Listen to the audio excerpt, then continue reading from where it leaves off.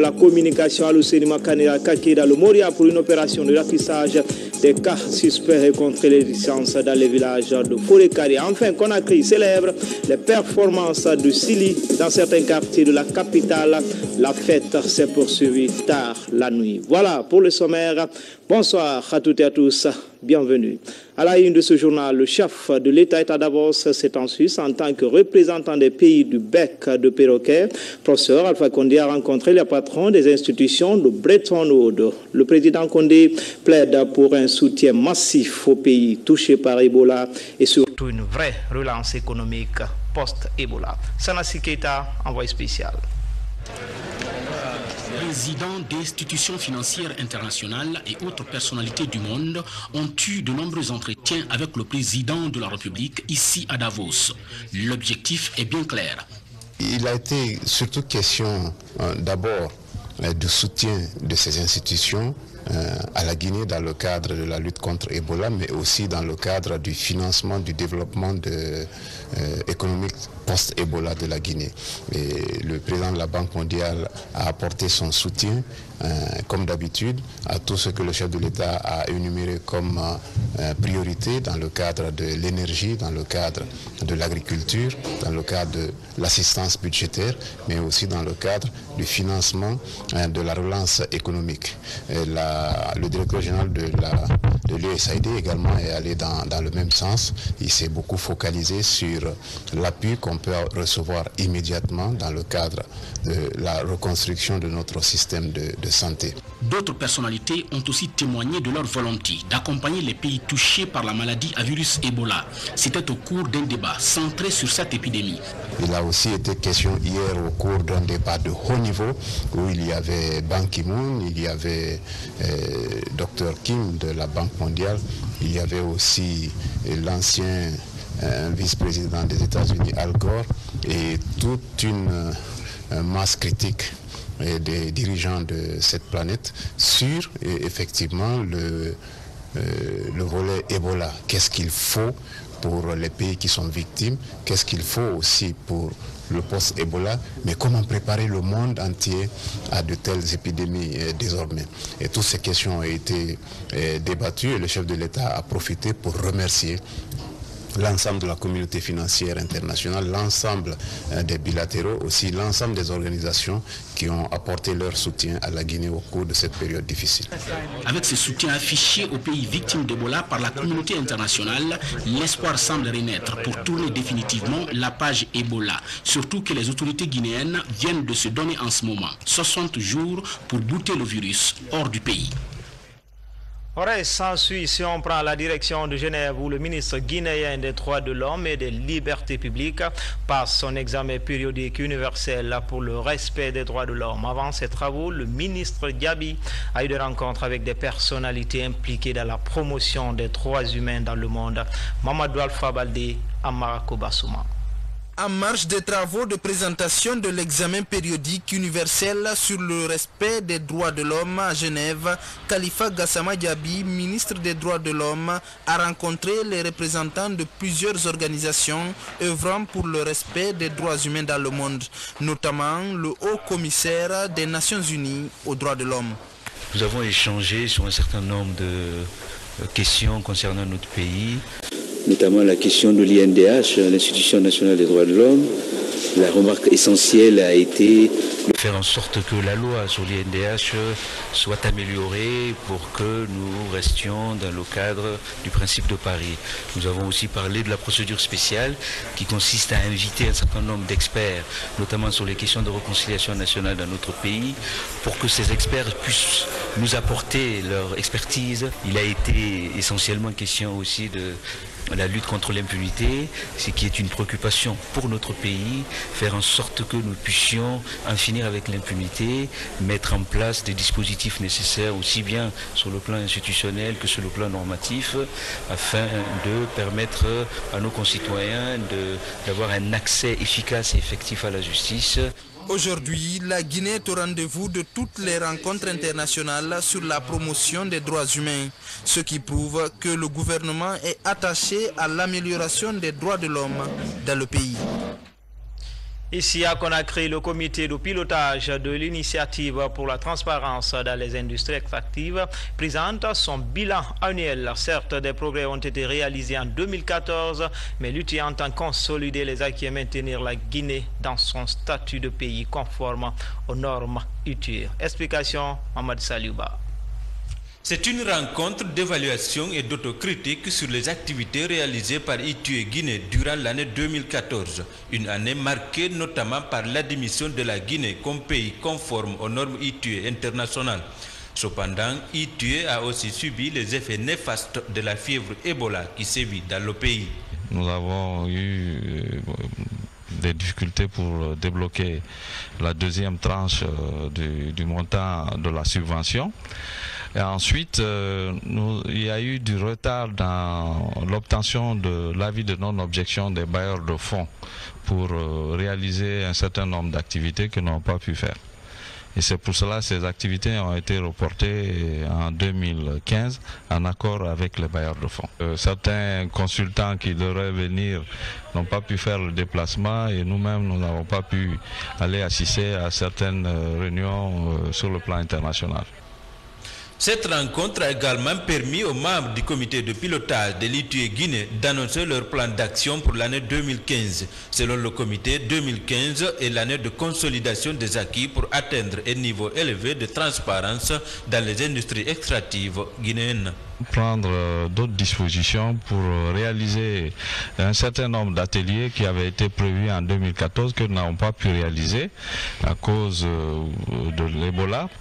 En principe, nous avons jusqu'en juin 2015 pour faire parvenir le rapport d'activité de l'ITIE Guinée pour 2014 à l'ITIE international, mais nous essayons toujours d'être parmi les premiers. Et c'est pour cela que nous avons voulu faire adopter dès ce mois de janvier le rapport. L'adhésion de la Guinée à l'ITUE en 2005 a permis de promouvoir la transparence dans le secteur minier, mais aussi d'accroître la croissance économique du pays.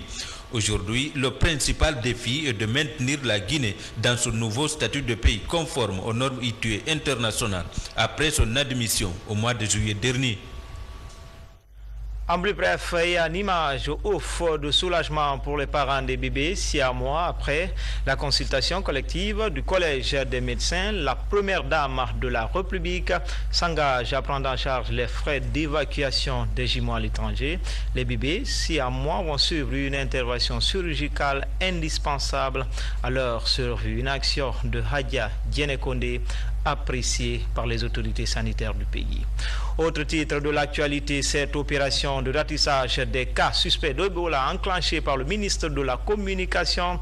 L'on se rappelle qu'à Mafereya, c'est dans la préfecture de Forêt-Caria, un jeune s'était opposé à l'embarquement des cas suspects d'Ebola et le ministre Kake s'est rendu dans les localités pour briser les cas de réticence. Mikini Moussa Kamara, envoyé spécial dans le Moria. La sous-préfecture de Mafereya a été le théâtre d'une scène de violence. Il n'y a pas eu d'incident majeur après l'intervention du ministre de la Communication qui a su rapidement maîtriser la situation. Tout est parti d'une manifestation dirigée par ce jeune qui s'est farouchement opposé à l'embarquement des cas suspects d'Ebola dans une ambulance. C'était au cours d'une opération de ratissage des malades soupçonnés d'Ebola. Arrivés dans la famille, ils ont réussi à sensibiliser entièrement ceux qui étaient là au voisinage et en même temps les éléments de la famille. Mais il restait seulement de convaincre celui qui est le père de famille qui était un cas suspect. Donc maintenant dans cette négociation, pendant que les enfants et une dame étaient déjà dans la pick-up, on cherchait maintenant à prendre le père de famille qui était atteint aussi de cette maladie. Alors c'est dans ce cas, c'est en ce moment qu'un jeune de la famille est venu s'opposer. Donc dès qu'il a commencé à faire des cris, et finalement cela a incité tous les jeunes qui étaient autour de lui à lapider la mission. La mission a pulvérisé la mosquée de Pamelap dans Forekaria avant de se rendre au centre de traitement d'Ebola de Wonkifon dans Koya, où elle a rencontré Alseni Touré, ce rescapé d'Ebola âgé de 32 ans, marié et père de 2 enfants, originaire de Beta, l'un des villages de la préfecture de Forekaria.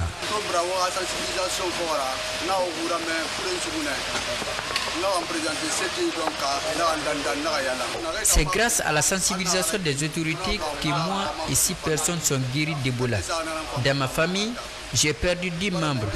Je demande à tout cas suspect d'Ebola de se rendre vite à l'hôpital pour avoir la chance de survivre. Je remercie les autorités pour leurs gestes.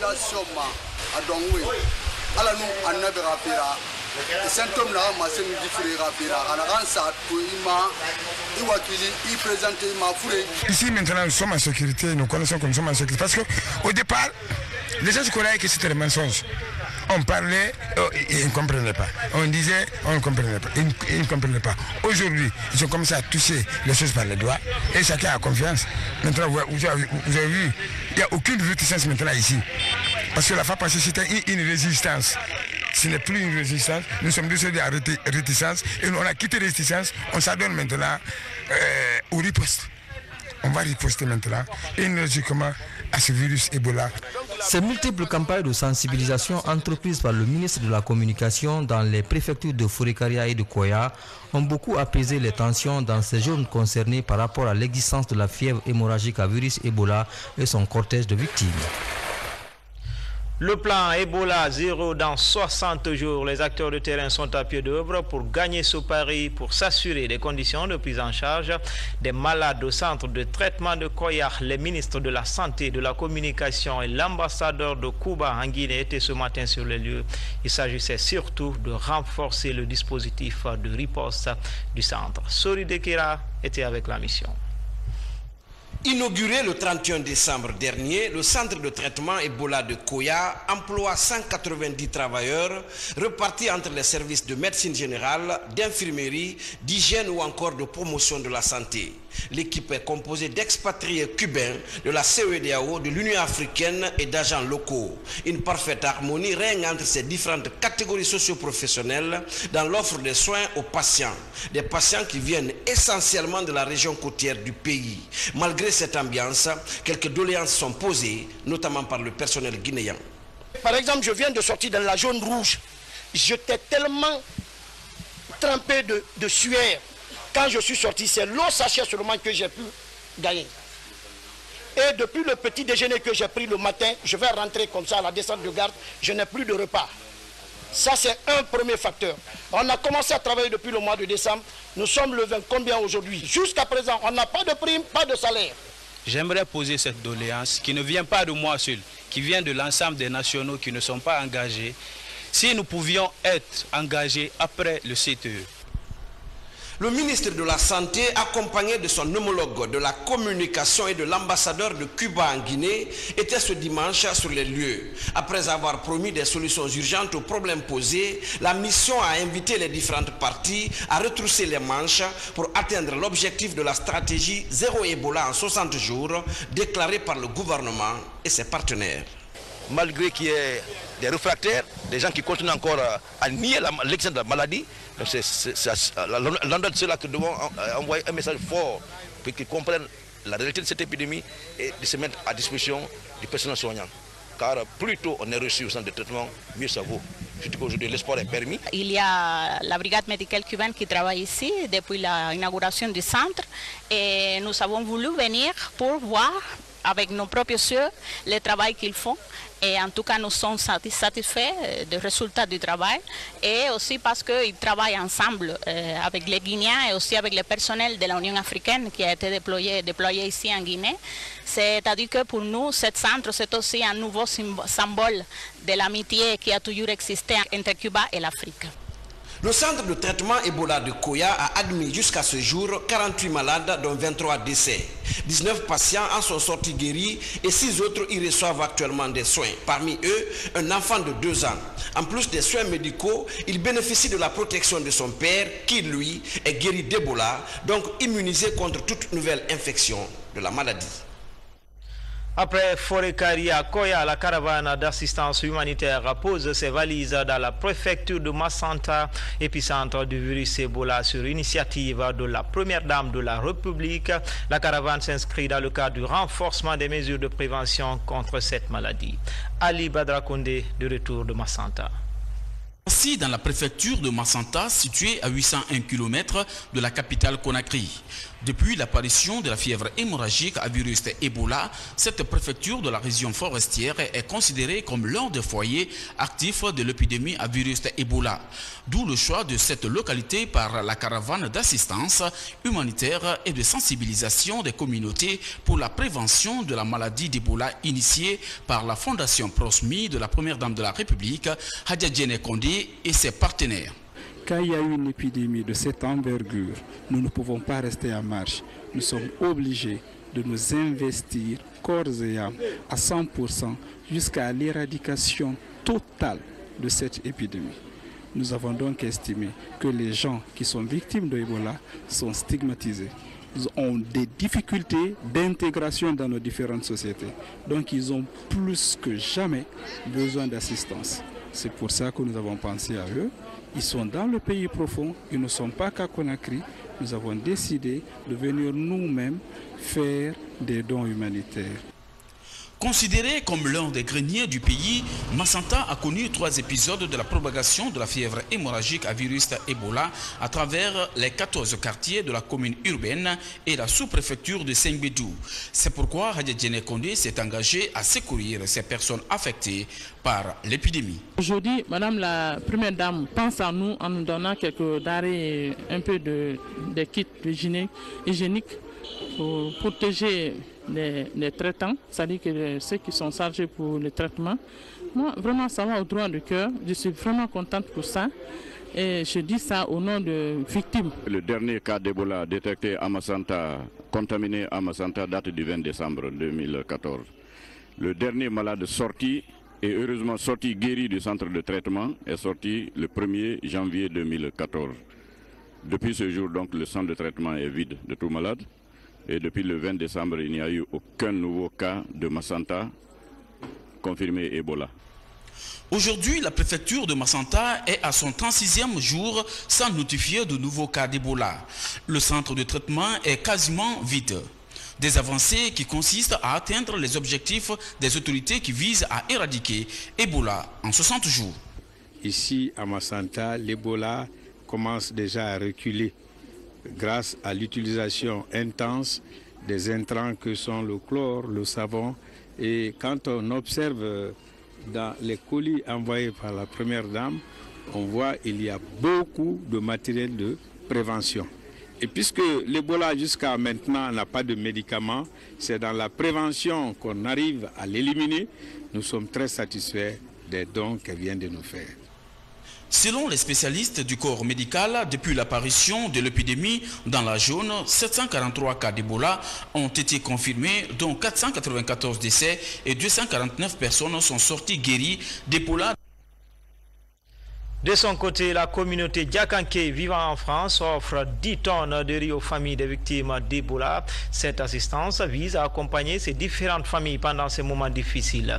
Une cérémonie ponctuée par une lecture du Saint-Coran à la grande mosquée de Conakry. Abdoulaye Ningelande Diallo nous signe ce reportage. 10 tonnes de riz pour accompagner les victimes d'Ebola. C'est une assistance de nos compatriotes diakanké de l'Hexagone à travers l'association Diaka Sondio. Elle vient en soutien aux efforts du gouvernement dans son offensive contre l'épidémie. On a fait beaucoup de lectures de Coran, de prières, mais il faut venir aussi en aide aux familles victimes. Nous savons que quelqu'un est mort, il faut venir en aide. Quelqu'un est malade, il faut venir en aide. C'est notre culture, notre religion et notre culture. Cette action est saluée par les autorités guinéennes. Au nom du chef de l'État, au nom du département, je dis merci à cette association qui n'est pas d'ailleurs à sa première action. Nous faisons plein de bonnes choses à travers le pays. Je le dis merci, nous sommes satisfaits et nous lançons un appel à toutes les associations de ressortissants de Guinée à travers le monde de suivre les traces de cette association pour une fois de plus venir en aide au pays pour goûter cette maladie loin de nos frontières et d'ailleurs de toute l'Afrique. La lutte contre Ebola est une priorité nationale qui se réalise aussi par des prières et invocations. Au cours de cette cérémonie, le Coran a été lu plusieurs fois pour tordre le cou à l'épidémie. Les appuis en faveur de la Guinée en cette période d'épidémie d'Ebola ne faiblissent pas. La Banque mondiale, par l'entremise de l'UNICEF, offre 37 véhicules et 300 motos à la Guinée. Il s'agit d'une aide pour accélérer les activités de riposte sur le terrain. Le reportage est signé Mamadi Ternan Kamisoko. Ce véhicule, Land Cruiser, et ses motos sont les échantillons d'un lot de 35 véhicules et 300 motos. Ils sont offerts à la Guinée par la Banque mondiale à travers l'UNICEF pour un coût de 11 milliards 550 millions de francs guinéens. Ces engins roulants viennent renforcer l'unité logistique de la coordination nationale de lutte pour des missions de terrain contre Ebola. I want to thank the World Bank. Je voudrais particulièrement remercier la Banque mondiale pour ce soutien régulier pour le gouvernement de la Guinée et le ministre de la coopération pour la confiance placée à l'UNICEF pour être partenaire dans cette initiative. For trusting UNICEF to be in this partnership role with you. Et j'exhorte les populations à coopérer avec le personnel sanitaire, avec les autorités, que chacun s'y mette pour que rapidement on puisse vaincre Ebola hors de Guinée. Le don est acheminé à Conakry par une équipe de l'UNICEF conduite par sa directrice exécutive. La Guinée, au-delà du matériel logistique, est comblée par l'appui des personnalités de premier plan. Vous avez montré par ce geste que l'isolement d'Ebola est la priorité de la communauté internationale. Grâce au soutien de la communauté internationale, l'épidémie d'Ebola est en nette régression. Dans le reste de l'actualité, l'ONG France Guinée Coopération vole au secours du ministère de la Sécurité et de la Protection civile. Il s'agit des équipements logistiques destinés aux agents de la protection civile en vue de renforcer les capacités opérationnelles des services d'intervention. Hadia Toubari, Moussa Komara. La protection civile, un service de secours d'urgence spécialisé dans la gestion des sinistres et catastrophes. Pour rendre plus efficace cette structure d'intervention, l'ONG France Guinée Coopération dote les sapeurs-pompiers de la protection civile des matériels logistiques modernes.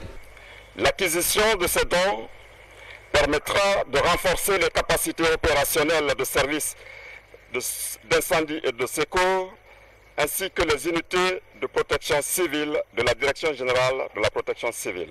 L'émergence et l'amélioration des services de secours et d'incendie de la République de Guinée. Ces équipements seront répartis entre les différentes unités de travail qui relèvent de la protection civile guinéenne, parmi lesquelles on note le service d'incendie et de secours qui constitue le plus actif dans le pays. À mes compatriotes, je leur demande de développer en eux et autour d'eux une véritable culture de risque et aux partenaires de poursuivre leur soutien et appui afin de permettre à la protection civile guinéenne d'assumer sa part de responsabilité dans la protection des personnes, des biens et de l'environnement. Ces partenariats noués entre l'ONG France Guinée Coopération et la Direction générale de la protection civile datent de 1999. Aujourd'hui, il a permis la décentralisation des services d'incendie et de secours, notamment dans 3 communes de Conakry et 4 préfectures de la Guinée. Et puis dans le Nabaya, lancement du projet de prise en charge communautaire de la malnutrition aiguë chronique, un projet à double composante, une qui sera chargée des questions communautaires et l'autre de la formation et de la supervision des agents des structures sanitaires. C'est une initiative du ministère de la Santé en collaboration avec l'ONG Hélène Keller International. RTG Kankan et la Jafou de Bangali Fofana. La prise en charge communautaire de la malnutrition aiguë et chronique. C'est un projet initié par le ministère de la Santé et de l'Hygiène publique en partenariat avec l'ONG Hélène Keller International dont la région de Kankan est bénéficiaire. Malgré que la malnutrition soit une situation globale dans toute la région, il est important de souligner que les préfectures de Kouroussa, Kerouané et de Sigiri sont les plus affectées. D'où le choix porté sur ces 3 districts sanitaires comme zone d'intervention de ce projet pour une durée de 3 ans. Quelques résultats de l'enquête démographique et de santé réalisée en 2012. Le taux de malnutrition aigu chez les enfants de moins de 5 ans dans la région de Kanka représente 18% contre 10% pour tout le pays. Il s'agit là de taux importants qui nous interpellent. D'autant plus que ces taux ont été confirmés par la dernière enquête démographique et de santé tenue entre juin et octobre 2012 et dont les résultats ont été connus plus tard. C'est pourquoi, malgré les contraintes que nous impose l'épidémie à virus Ebola, nous avons décidé de conduire dans les préfectures de Kouroussa, Kerouané et de Sigiri un programme de prévention et de traitement de la malnutrition aiguë et chronique. Ce projet est le nôtre, soutient le gouverneur de la région. Pour la réussite, il a demandé l'implication et la participation effective de tous les acteurs à sa mise en œuvre. Je souhaite que les stratégies de lutte contre la malnutrition qui seront développées par ce projet s'inscrivent en droite ligne de la résolution des problèmes de malnutrition aiguë et chronique et aussi certaines conséquences nutritionnelles engendrées par la fièvre hémorragique à virus Ebola dans notre région. Ce programme, dénommé Agrandis NUT, a 2 composantes. Une composante communautaire qui sera mise en œuvre par les ONG locales. La deuxième, la composante sanitaire, sera mise en œuvre par Hélène Keller International et le ministère de la Santé à travers les formations supervision du personnel sanitaire des structures de santé pour la prise en charge correcte des cas de malnutrition. La première réunion du comité directeur du cadre intégré renforcé s'est tenue récemment à Conakry au cours de la rencontre. Le rapport d'activité 2014 du CIR et celui du PRODEFIMA étaient au centre des débats et les panélistes ont tenté d'identifier les différentes contraintes liées à la mise en œuvre des 2 programmes. Le compte rendu de cette journée est signé Al-Gassi Mouba. Cette première réunion du comité de pilotage du cadre intégré renforcé est consacrée essentiellement à l'examen des dossiers relatifs aux différentes activités réalisées par les 2 programmes que sont le CIR et l'un de ses fruits, le PRODEFIMA. Pour le CIR, 8 projets ont été réalisés en 2014 et plus de 800 agents formés à la même période. Vous savez que Kinia, c'est la zone de production par exemple de la mangue. Et ce projet va permettre donc de qualifier la mangue de Guinée à l'export et avoir plus de revenus. La même chose aussi, c'est à Kankan, à Sigiri, à Maniana, à Kouroussa. Le PRODEFIMA a été mis en place en 2014 avec pour mission répondre aux besoins des acteurs de la filière mangue en particulier et des petits producteurs à travers des actions de promotion des exportations afin d'améliorer leurs revenus. En juin 2015, nous pensons que nous pouvons essayer de commencer la plantation en fait, de vergers pilotes et il est attendu 500 hectares de vergers pilotes vers la fin du programme. Malgré la situation économique fragilisée cette année par l'épidémie d'Ebola, des résultats ont été enregistrés par l'unité nationale de mise en œuvre du CIR. Je voudrais profiter de cette occasion pour sensibiliser les partenaires au développement de la Guinée sur le rôle qu'ils doivent jouer dans la continuation de l'accroissement de leur efficacité en matière d'appui à notre pays. La première phase terminée, l'heure est à la préparation des projets et programmes pour le développement social en Guinée. Et puis cette triste nouvelle qui vient juste de nous parvenir, le doyen des sages de la Haute-Guinée a tiré sa révérence. Elhadj Lounséni Koné s'est éteint ce dimanche 25 janvier 2015 à l'âge de 87 ans de suite de maladie à l'hôpital de Donka aux environs de 3 heures du matin. Que l'âme du défunt repose en paix. Amin. Sport Foot CAN 2015. Hier, au compte de la 2e journée du groupe D, le Sili est allé défier dans la tanière les Lions indomptables du Cameroun. Score final, 1 but partout. Ici à Conakry, la fête était totale.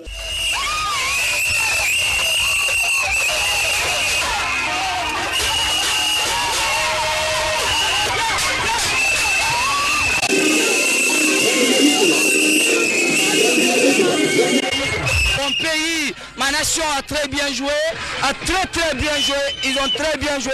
Malgré ils nous ont volé un penalty flagrant, mais grâce à Dieu, grâce à Allah, nous allons